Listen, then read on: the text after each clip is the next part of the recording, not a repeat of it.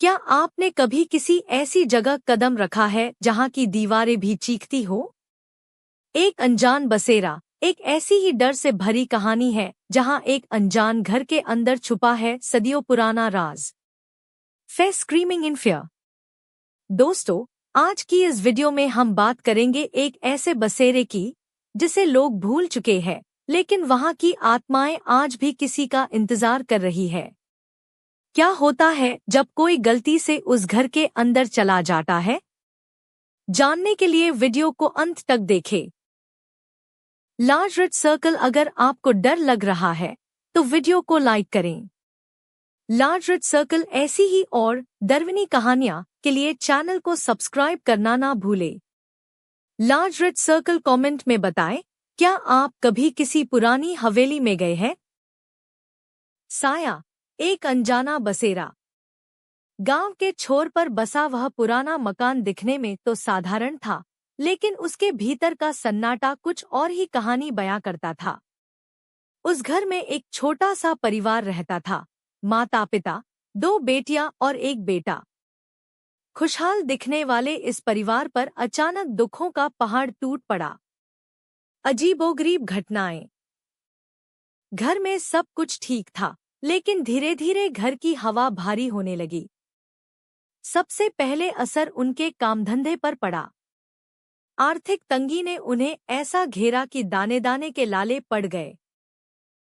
घर के अंदर घुसते ही दम घुटने लगता था, जैसे कोई अदृश्य शक्ति उनका गला घोंट रही हो। यह सिर्फ परिवार का वहम नहीं था। जो कोई भी मेहमान उनके घर आता, उसे एक अजीब सी बेचैनी महसूस होती और वह दोबारा वहां कदम रखने की हिम्मत नहीं करता। खौफनाक रातें। असली मंजर तो सूरज ढलने के बाद शुरू होता था। जैसे ही रात का सन्नाटा पसरता, घर के कोने कोने से डरावनी आवाजें आने लगती। छत से टपकते आंसू। घर वाले तब सिहर उठते जब छत से पानी की बूंदों की तरह कुछ टपकता, जो असल में किसी के रोने के आंसू महसूस होते थे। सिसकियों की गूंज। रात के अंधेरे में किसी के सुबकने और रोने की आवाजें। सिसकियों की गूंज। रात के अंधेरे में किसी के सुबकने और रोने की आवाजें पूरे घर में गूंजती थी। काली परछाइयां। गलियारे से अक्सर कोई काली धुंधली चीज तेजी से गुजरती हुई दिखाई देती। छत पर आहट। छत पर भारी कदमों से किसी के चलने की आवाजें आती थी, जैसे कोई वहां रात भर पहरा दे रहा हो। इन सब घटनाओं का सबसे बुरा असर बड़ी बेटी पर पड़ा। वह अक्सर डरी सहमी रहती और धीरे धीरे एक अजीब सी बीमारी की चपेट में आ गई, जिसका इलाज डॉक्टरों के पास भी नहीं था। अंतिम चेतावनी। जब डर बर्दाश्त से बाहर हो गया और घर की स्थिति बद से बदतर होती गई, तो मुखिया ने एक आलिम फाजिल विद्वान को बुलाने का फैसला किया। आलिम साहब ने घर के भीतर कदम रखते ही अपनी आंखें बंद कर ली और कुछ देर तक अपनी रूहानी ताकतों से वहां का जायजा लिया। उनकी पेशानी पर पसीना आ गया। उन्होंने गंभीर आवाज में कहा, इस घर के जर्रे जर्रे में जिन और भूतों का बसेरा हो चुका है। यह साया बहुत पुराना और गहरा है। अगर अपनी और अपने बच्चों की जान प्यारी है, तो इस घर को तुरंत छोड़ दो। यहाँ अब इंसानों का रहना मुमकिन नहीं है। परिवार की रूह कांप उठी। उन्हें समझ आ गए। उन्होंने दो टूक शब्दों में कहा, यह घर अब रहने लायक नहीं बचा है। यहाँ रूहों का कड़ा पहरा है, आपको यह घर छोड़ना होगा। यह सुनकर परिवार के पैरों तले जमीन खिसक गई। घर के मुखिया ने हाथ जोड़कर कहा, हजरत, यह घर हमने अपनी जिंदगी भर की जमापूंजी लगाकर बड़ी मुश्किल से बनाया है।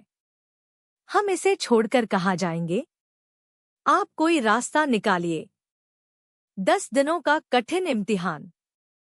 उनकी बेपसी देख आलिम साहब का दिल पसीज गया।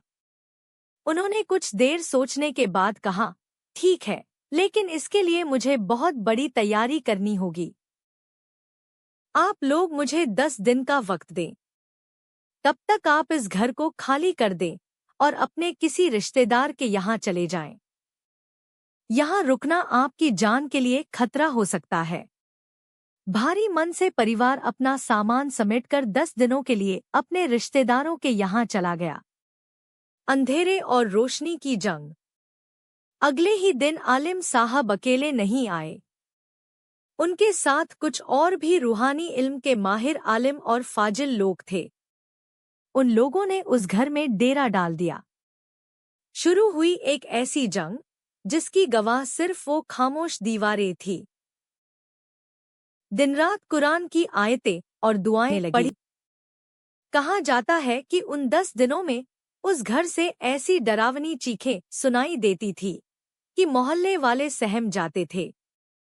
वह मुकाबला इतना खौफनाक था कि रूहों और जिन्नातों से लड़ते लड़ते 2 आलिमों की जान चली गई। उन्होंने दूसरों के घर को बचाने के लिए अपनी कुर्बानी दे दी। एक नई शुरुआत। 10वें दिन की सुबह एक अलग ही सुकून लेकर आई। आलिम साहब बाहर आए। उनके चेहरे पर थकान थी लेकिन आंखों में जीत का संतोष। उन्होंने परिवार को संदेश भिजवाया कि अब घर पाक और साफ हो चुका है। जब परिवार वापस लौटा तो उन्हें वह भारीपन महसूस नहीं हुआ। उन बहादुर आलिमों की बदौलत घर से उन बुरी ताकतों का साया हमेशा के लिए खत्म हो गया था। परिवार ने उन शहीदों को दुआएं दी और आखिरकार अपने उसी मेहनत से बनाए हुए घर में खुशी खुशी रहने लगे।